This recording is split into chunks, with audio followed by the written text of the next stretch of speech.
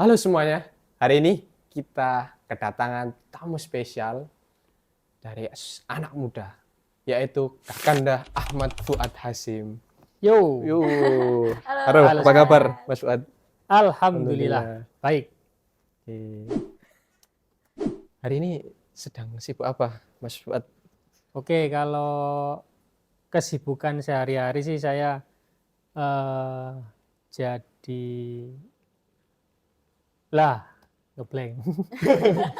Jadi dosen Jadi jangan-jangan. dosen ya? Jadi keseharian saya itu bekerja pada satu korporasi yang sangat besar, yang manajemennya juga luar biasa bagus. Ya, korporasi besar ini juga kemudian punya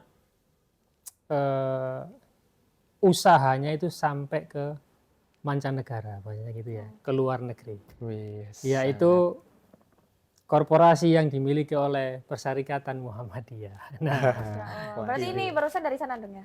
yap, saya setiap hari ke Universitas Muhammadiyah Sidoarjo. Waduh, sangat sibuk sekali nih sepertinya. Pak Fuad nggak ini. ribut, nggak sibuk Sangat-sangat aja sih. menyematkan untuk datang di podcast kita. Siap. Skedulnya sangat rapi sekali Mas Fuad. Benar banget. Oh iya, saya lihat Mas Fuad ini kan bekerja di Umsida ya.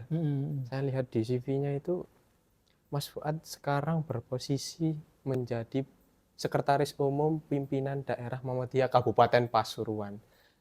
Apalagi juga menjadi calon formatur termuda ya waktu pemilihan Musda di Kabupaten Pasuruan. Bagaimana perasaannya?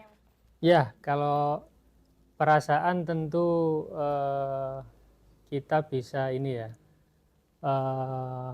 membiasakan diri. Karena pada prinsipnya ketika kita menjadi kader Perserikatan Muhammadiyah itu, kita harus selalu siap. Nah, begitu. Intinya selalu siap. Jadi apapun keadaannya, kita jangan kemudian menjadi orang yang serba sering kaget. Nah, gitu.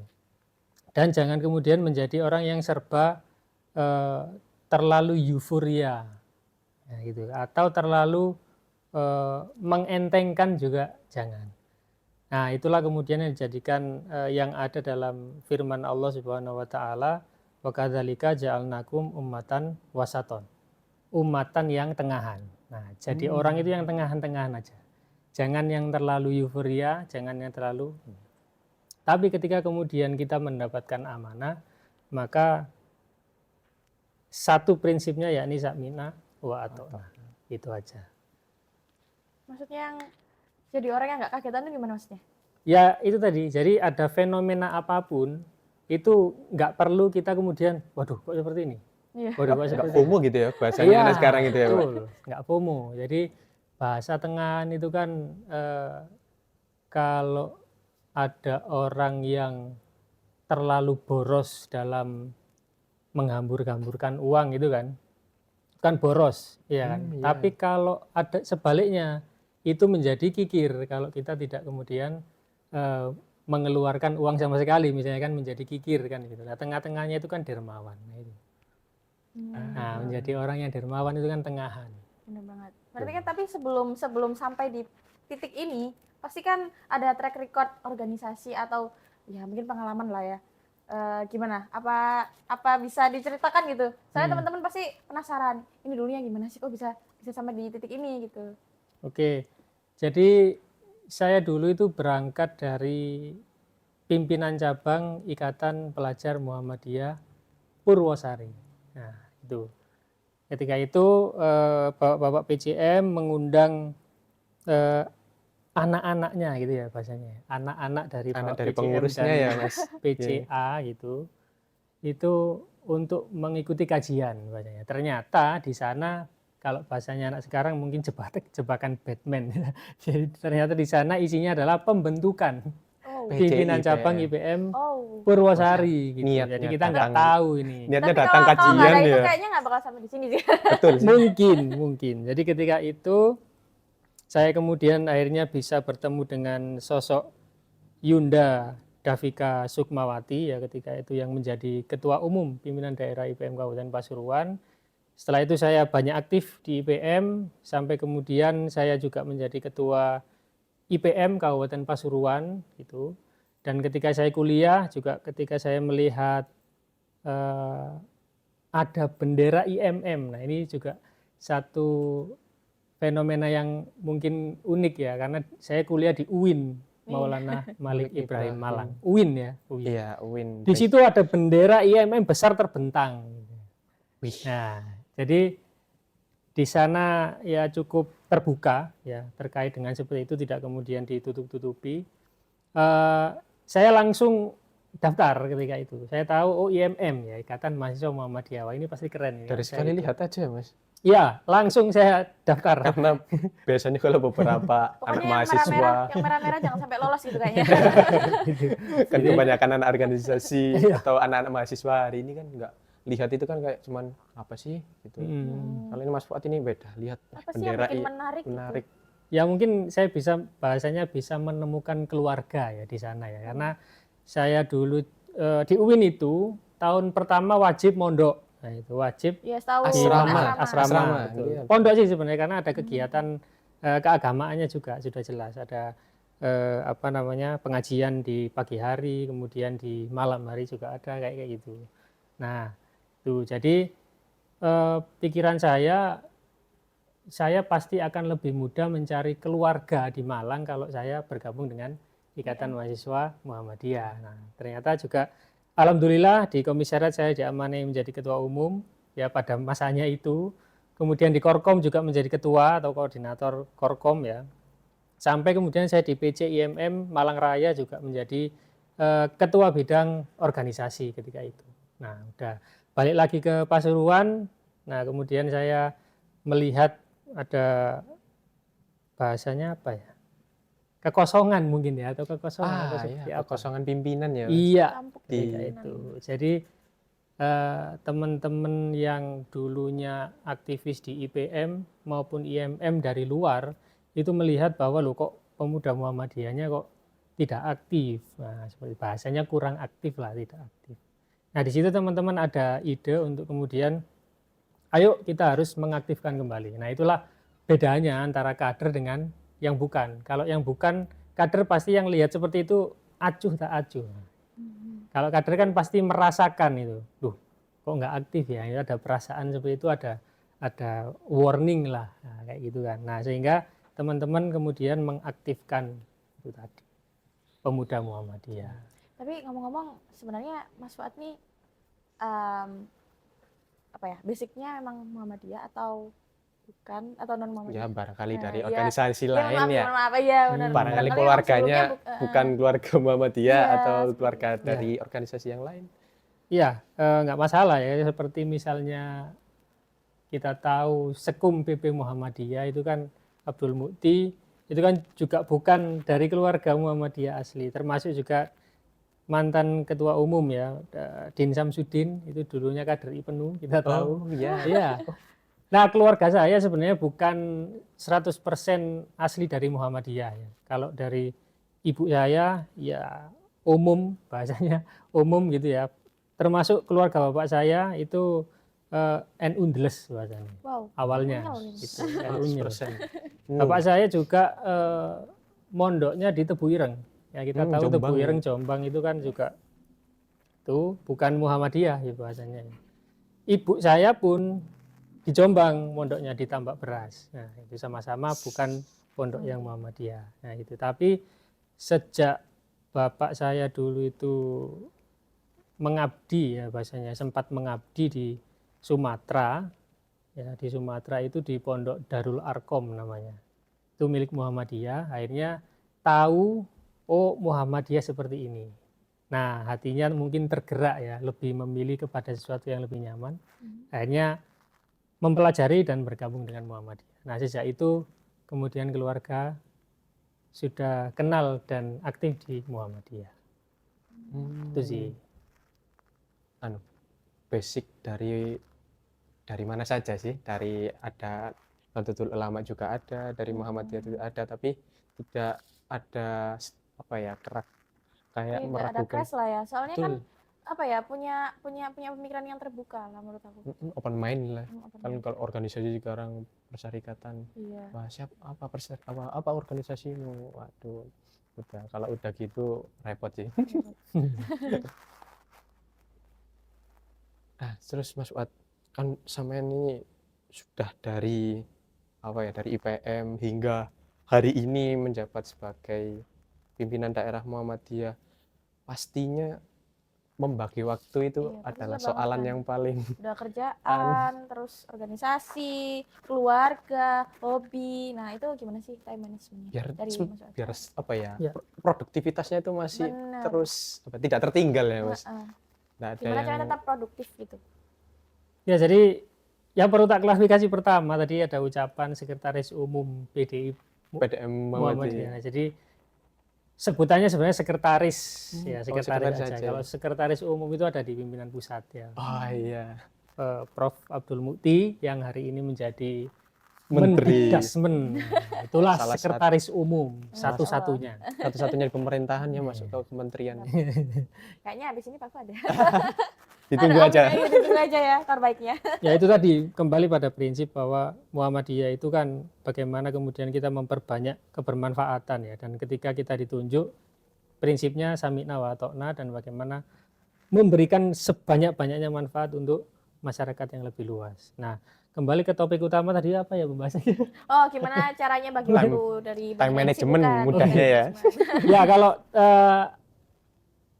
aktivis organisasi itu pasti sudah satu paket ya mendapatkan ilmu tentang time management ya, bagaimana kita mengatur skala prioritas, mana yang bisa didelegasikan, mana yang tidak, mana yang kemudian kita harus hadir, mana yang tidak, mana kegiatan yang itu memang penting, mana yang tidak penting-penting banget, mana yang bisa ditinggal. Nah itu tinggal dipikir aja. Nah kalau saya sendiri karena sudah terikat dengan jam kerja ya, jadi pagi sampai sore itu kerja begitu. Kemudian malam itu ya waktunya bebas ya, antara waktu dengan keluarga atau nanti juga ada waktu juga untuk ngopi, bahasanya dengan teman-teman pergerakan gitu ya, tetap ada. Nah itu tinggal dibagi harinya aja. Jadi seperti contoh hari ini, hari Rabu ya. Jadi saya setelah dari kerja itu langsung menuju ke pesantren digital Muhammadiyah. Saya kebetulan diamanai untuk sharing atau ngajar DKV. Nah, padahal saya dulunya bahasa Arab. Sastra Arab ya Bahasa dulu ya. sastra Arab di UIN. Tapi diminta untuk ngisi DKV gitu. Karena sejak dulu waktu awal-awal kuliah itu saya tertarik dengan desain gitu. Kok bisa muncul sebuah gambar, ini prosesnya gimana sih? Itu dulu awal itu saya berpikir seperti itu. Ternyata ada ilmunya saya belajar itu, saya tertarik. Nah, otodidak sendiri ya tuh ya Mas? Iya, otodidak sendiri alhamdulillah. Ikut-ikut pelatihan gitu atau ada ekstra waktu di kampus itu? Belum pernah sih, nggak ada. Oh, jangan-jangan ketika diamanai itu langsung belajar sendiri gitu berarti? Iya. Atau memang sebelumnya udah punya basic desain? Nggak ada. Jadi waktu kuliah itu mungkin saya sempat berpikir apa saya salah jurusan. Tapi tidak menyesal kan sampai sekarang? Insya Allah enggak. Oh, aman ya. Aman. Kalau itu memang kita setiap mahasiswa pasti ada rasa, aduh kayaknya salah jurusan deh. Udah halum. Oke, kembali lagi berarti kita tahu mana yang harus diprioritaskan terlebih dahulu. Betul. Dan ada contoh juga prinsip dari ayah mertua saya. Jadi ayah mertua saya ini juga orang Muhammadiyah di Jombang ya. Beliau juga dulunya sempat di PDM Kabupaten Jombang gitu ya. Jadi beliau itu pegawai negeri yang tentu kita tahu hari Senin sampai Jumat itu pasti full. Ya. Lah, hari Sabtunya beliau itu sudah bahasanya plotting ya. Setiap hari Sabtu itu adalah harinya Muhammadiyah. Nah, itu bisa kita tiru. Misalnya kita menghibahkan waktu itu hari apa misalnya. Kalaupun nggak bisa hari apa, mereka mungkin 1 minggu sekali jam berapa itu harus dihibahkan untuk pergerakan, untuk organisasi. kayak di kalender itu dibunderi warnanya biru gitu. Nah, Ya. ini udah pasti. Nah, ada ataupun nggak ada kegiatan itu pasti mengutamakan nanti Muhammadiyah. Misalnya ada kegiatan lain tapi Muhammadiyah memanggil, maka sami'na wa ata'na sudah, karena sudah berjanji kepada Allah sudah hari itu saya gunakan untuk Muhammadiyah misalnya itu. Tapi Nah, jadinya seminggu itu, maksudnya dari kerja. Habis itu kalau waktunya libur buat Muhammadiyah, buat organisasi gitu. Nah, untuk buat keluarga barangkali Nah, gimana tuh? untuk keluarga bisa sebenarnya berbagi peran ya dengan istri tentu sangat penting. Jadi apa namanya? Karena saya sudah berkeluarga, mungkin Mas Zaidan belum ya. Saya juga belum, Pak. Masih single ya. Mbak Leli juga. Info. Mbak Leli juga masih single. Jadi berkeluarga itu bagi saya itu penting untuk kemudian berbagi peran dan kemudian saling terbuka terhadap kegiatan apapun ya begitu ya. Tapi ya untungnya saya mendapatkan istri itu juga aktivis IMM dulu. Nah, dulu di kampus. Kalau bahasanya kita itu Imawan dan Imawati. Kayaknya Wih, gitu. Bukan Imawan dan Imawati. Imawan dapat Imawati. Oh iya. Gitu ya. Loh, Aduh. jargonnya itu kalau di teman-teman IMM. Ya, jadi ketika ada tugas organisasi itu insya Allah sudah pasti sekian persen sudah paham. Ketimbang kemudian kalau bukan aktivis organisasi gitu. Kayak mau rapat, Mau istrinya rapat, nggak boleh. nggak boleh. Aduh. Ngapain rapat? Ya. Kan belum tentu esensinya. Kalau nggak ngerti soal itu kan jadinya kita ngerasa kayak apa sih overprotective nggak sih? Betul. Jadi tinggal bagaimana kita ini mengatur ya. Misalnya, Rabu itu full. Berarti hari apa yang kemudian malam itu waktunya dengan keluarga. Ya nggak boleh ada yang ganggu. Gitu. Betul. Karena organisasi kan sudah ada prioritas tadi hari apa. Ya sudah gitu. Ya untuk hari keluarga maka jangan sampai ada yang mengganggu. Kecuali sangat darurat. Tuh yang bahasanya tadi prioritas tidak bisa didelegasikan gitu. Ini bagaimana mengondisikan. Siap. Pintar-pintar mengondisikan. Terkondisikan, schedule yang rapi, dan tetap tidak meninggalkan Sangat keluarga terstruktur juga. sepertinya. Tapi Kita ini, banyak-banyak belajar iya. dari Pak. Tapi dalam hidup ini sebenarnya sesuatu yang pasti adalah ketidakpastian itu sendiri. Nah, gimana tuh? Iya kan? Sepertinya ini malam-malam harus diajak Agak mikir Iya. berat. Iya. Dalam hidup ini sesuatu yang pasti adalah sesuatu yang tidak pasti itu sendiri, ketidakpastian itu sendiri. Jadi kita tahu ya hari-hari ini kita hidup dalam era bahasanya disrupsi gitu ya, yaitu sering berubah, percepatan yang sangat perubahan yang sangat cepat begitu ya, apalagi di era teknologi. Maka kita harus terbiasa dengan perubahan-perubahan itu dan kemudian menyesuaikan seperti itu. Nah, itulah kemudian juga saya katakan tadi, jangan kita menjadi orang yang serba kagetan. Nah, itu.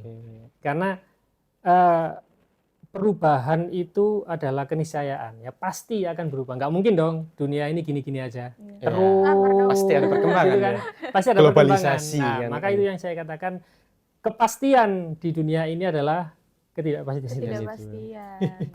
Itu Siap. kata-kata hari ini. Kata-kata hari ini. Boleh nanti dibuat caption. Buat status WA, status IG dan lain sebagainya. Betul.